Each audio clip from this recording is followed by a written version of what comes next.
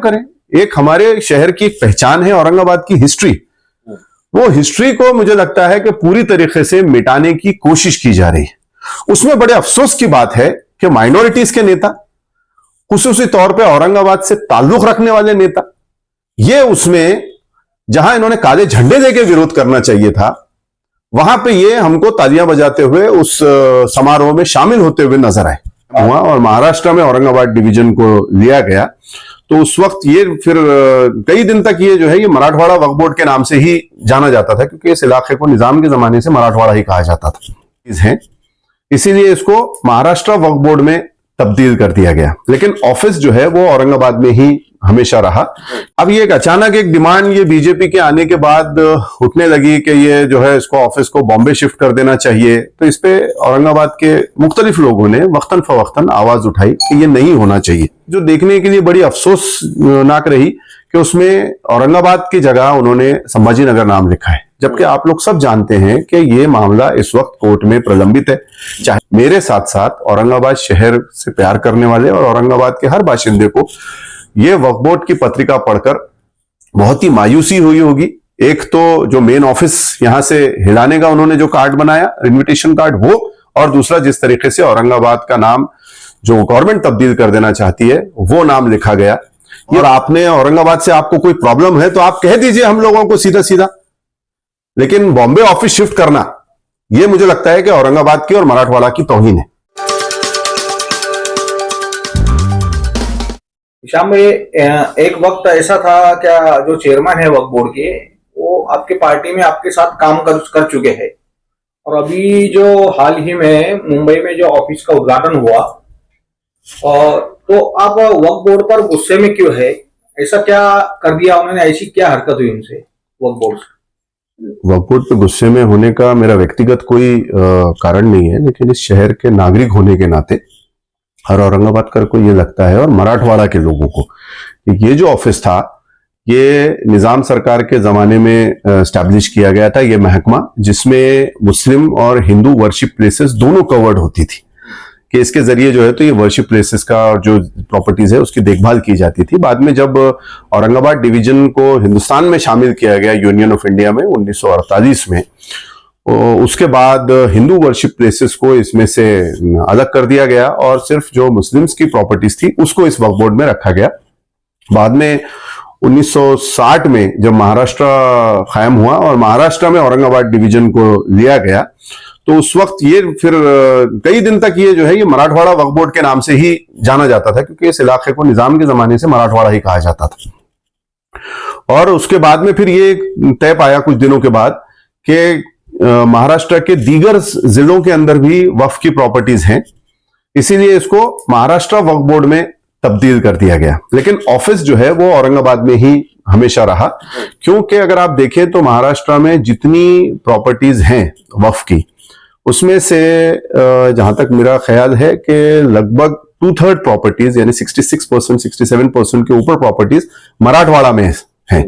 बाकी दीगर जिलों में आती हैं, जो वेस्टर्न महाराष्ट्र, कोकण और जलगांव डिवीजन, मुंबई, ये सारा जो इलाका आता है उसमें सिर्फ अराउंड 30-35% के ऊपर प्रॉपर्टीज नहीं आती, लगभग 2/3 प्रॉपर्टीज मराठवाड़ा में। इसीलिए इसका ऑफिस हमेशा यहां रहा और इतने साल तक आराम से लोग आते रहे जाते रहे, कभी किसी ने कोई तकलीफ की, ऐसे कोई कंप्लेन नहीं की, और इसलिए यहां रहा क्योंकि मराठवाड़ा में क्योंकि प्रॉपर्टीज ज्यादा है तो लोगों को आने के लिए ये सेंटर पड़ता है। इवन आपके जो आपके विदर्भ एरिया है वहां से भी लोगों को आने के लिए नजदीक पड़ता है, मुंबई काफी दूर पड़ता है। अब ये एक अचानक एक डिमांड ये बीजेपी के आने के बाद उठने लगी कि ये जो है इसको ऑफिस को बॉम्बे शिफ्ट कर देना चाहिए, तो इस पे औरंगाबाद के मुख्तलिफ लोगों ने वक्तन फवक्तन आवाज उठाई कि ये नहीं होना चाहिए। अब कल परसों मैं बॉम्बे में था तो वहां मुझे एक पत्रिका देखने को मिली जिसके अंदर ये था कि एक महाराष्ट्र वक्फ बोर्ड का ऑफिस का उद्घाटन मुख्यमंत्री और बाकी उसमें दीगर लोगों के नाम थे, सारे नेताओं के, वो है। मैंने उसको सोशल मीडिया पे भी डाला और ये किया तो उसमें ये जवाब आया कुछ नेताओं की तरफ से कि ये सिर्फ रीजनल ऑफिस है। तो मेरा ये सवाल था उसमें कि अगर ये रीजनल ऑफिस है तो ये जो पत्रिका है इनविटेशन कार्ड, उसमें रीजनल ऑफिस का जिक्र क्यों नहीं है? इसमें डायरेक्ट सीधा सीधा महाराष्ट्र वक्फ बोर्ड के ऑफिस का उद्घाटन मुख्यमंत्री, उप मुख्यमंत्री और बाकी सारे मिनिस्टर्स और पार्लियामेंट के जो हमारे मेंबर हैं, बाकी जो चेयरमैन है, ये सबके उसमें नाम है, सारे नेताओं के, सीईओ के, इनके उनके सभी के नाम है। तो उसमें ये क्यों नहीं वाजे किया गया कि ये एक रीजनल ऑफिस है या डिवीजन का ऑफिस खुल रहा है? लेकिन उसमें तो ये सीधा सीधा लिखा हुआ है कि ये महाराष्ट्र वक्फ बोर्ड का ऑफिस का उद्घाटन कर रहे हैं वहां पे सीएम। दूसरी चीज उसमें एक जो देखने के लिए बड़ी अफसोसनाक रही कि उसमें औरंगाबाद की जगह उन्होंने संभाजी नगर नाम लिखा है, जबकि आप लोग सब जानते हैं कि ये मामला इस वक्त कोर्ट में प्रलंबित है, चाहे वो डिवीजन डिस्ट्रिक्ट का हो चाहे सिटी का हो। गवर्नमेंट ने तानाशाही तरीके से, मनमानी तरीके से भले जीआर्स निकाल दिए हो या नोटिफिकेशन निकाल दिए हो, लेकिन ये सारे नोटिफिकेशंस और जो गेजेट्स हैं ये सब कोर्ट में चैलेंज्ड है। जिसमें अभी कोर्ट में जो डिस्ट्रिक्ट डिवीजन का मामला है वो रिजर्व फॉर ऑर्डर किया हुआ, उसमें बहस हो चुकी है। सिटी की बहस अभी चल रही है, जिसकी 6 दिसंबर अगली फिर एक तारीख रखी गई है। ऐसी सूरत में वक्फ बोर्ड को ऐसी क्या मुसीबत आन पड़ी थी कि उन्होंने जो है वो नए नाम का उपयोग उसमें किया। मुझे लगता है मेरे साथ साथ औरंगाबाद शहर से प्यार करने वाले और औरंगाबाद के हर बाशिंदे को ये वक्फ बोर्ड की पत्रिका पढ़कर बहुत ही मायूसी हुई होगी। एक तो जो मेन ऑफिस यहां से हिलाने का उन्होंने जो कार्ड बनाया, इनविटेशन कार्ड, वो, और दूसरा जिस तरीके से औरंगाबाद का नाम जो गवर्नमेंट तब्दील कर देना चाहती है वो नाम लिखा गया। ये दोनों चीजें काफी अफसोसनाक हैं और मुझे लगता है कि ये नहीं होना चाहिए। आपकी डिमांड है क्या एक्चुअल? आप चाहते हैं कि ये चीजें रद्द की जाए कि औरंगाबाद का ऑफिस यहाँ पर ही रहे, औरंगाबाद में ही रहे ऑफिस ये, तो आप ये डिमांड करते हैं सरकार से? बिल्कुल, हमारी ये डिमांड है और मेरी कई यहाँ के सियासी और समाजी जो कारकुन हैं, जो लोग हैं, उनसे मेरी बातचीत हुई। उनका यही कहना था कि आने वाले दिनों के अंदर वो ये मुतालबा सरकार से और जो अथॉरिटीज हैं उनसे करेंगे कि ऐसा अगर कोई भी प्रपोजल आपने इंटरनल भी मूव किया है तो उसको तुरंत आप रोकें और उसको कैंसिल करें। ये जो ऑफिस है वक्फ बोर्ड का, ये औरंगाबाद में ही रहना चाहिए। और एक दूसरी बात भी ये निकल के आई, एक हमारी डिमांड और रही है कि आपने डिक्लेयर तो किया कि आपने लेबर कॉलोनी, इतनी बड़ी एक जो बस्ती थी उसको आपने सारी डिमोलिश किया, वो जमीन को आपने खाली रखा है 1 साल से, और इतनी आनंद फानून में वो सारा तोड़ा गया। वहां इनका ये सामने आया था प्रपोजल कि हम वहां नागपुर के जैसा एक सचिवालय, एक असेंबली का जो है वो कर रहे हैं, जैसे अधिवेशन करते हैं, पिछले बार 1 दिन का इन्होंने किया था। तो मराठवाड़ा के लिए एक ऑफिस ये बनाने वाले हैं यहाँ पे। अगर उस तरीके से आप एक असेंबली का या वो यहां बना रहे हैं मंत्रालय जैसी कोई बिल्डिंग, तो उसमें ये डिपार्टमेंट क्यों नहीं बना के दिया जा सकता? लेबर कॉलोनी की जगह में जो आपका प्रपोजल है उसके अंदर आप इस डिपार्टमेंट को कायम करें।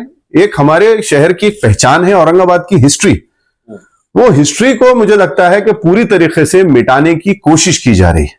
उसमें बड़े अफसोस की बात है कि माइनॉरिटीज के नेता, खुसूसी तौर पे औरंगाबाद से ताल्लुक रखने वाले नेता, ये उसमें जहां इन्होंने काले झंडे देके विरोध करना चाहिए था, वहां पे ये हमको तालियां बजाते हुए उस समारोह में शामिल होते हुए नजर आए। आप तो ये किस नेता की बात कर रहे हैं? आप हमारे खासदार इम्तियाज जलील जो वक्फ बोर्ड के मेंबर भी, आप उनकी बात कर रहे हैं इस चीज को लेकर? जो भी औरंगाबाद से रिलेटेड नेता है, आप चाहे खासदार ने बात करें या आपके अल्पसंख्यक मंत्री दें आप उसके अंदर, या फिर जो हमारा कहना है कि ये सारे जो मिनिस्टर जो औरंगाबाद से ताल्लुक रखते हैं, जो भी लीडर्स, मैं किसी पे व्यक्तिगत वो नहीं कहूंगा, लेकिन आप सब समझदार हैं, जो भी औरंगाबाद से ताल्लुक रखते हैं, अगर औरंगाबाद के नाम से प्यार है तो पहली चीज तो उन्होंने उसके समारोह में जाना ही नहीं चाहिए था। उन्होंने ऑब्जेक्शन प्रेस करना चाहिए था कि इनविटेशन कार्ड पे औरंगाबाद की जगह संभाजी नगर क्यों लिखा गया।